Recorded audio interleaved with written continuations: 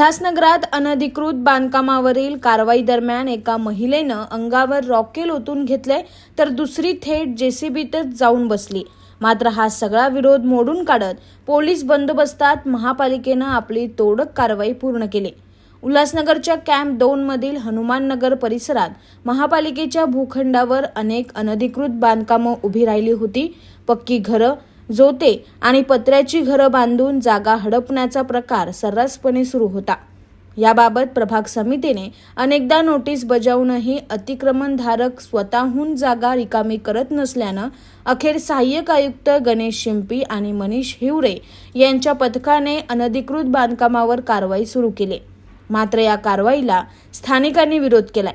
एका महिलेनं अंगावर रॉकेल ओतून घेतलं, मात्र पोलिसांनी तिला वेळीच ताब्यात घेतले, तर दुसऱ्या महिलेनं थेट जेसीबीत उडी घेत कारवाई रोखण्याचा प्रयत्न केला।